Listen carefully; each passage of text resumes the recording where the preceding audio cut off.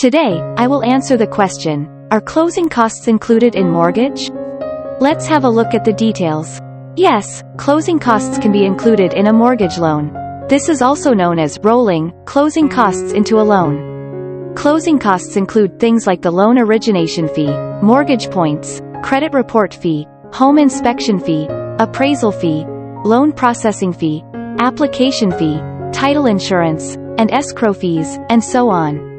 There's also the potential for recording fees, courier fees, wire fees, sub-escrow fees, endorsements, and more. The downside of rolling closing costs into a loan is that you will be paying interest on the closing fees, so you'll pay more for your mortgage in the long run.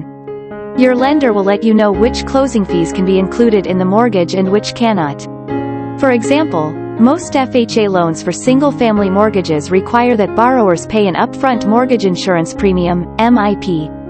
This premium, currently at 1.75% of the mortgage amount, can be rolled into the mortgage amount. That's all for today. Please don't forget to subscribe to our channel.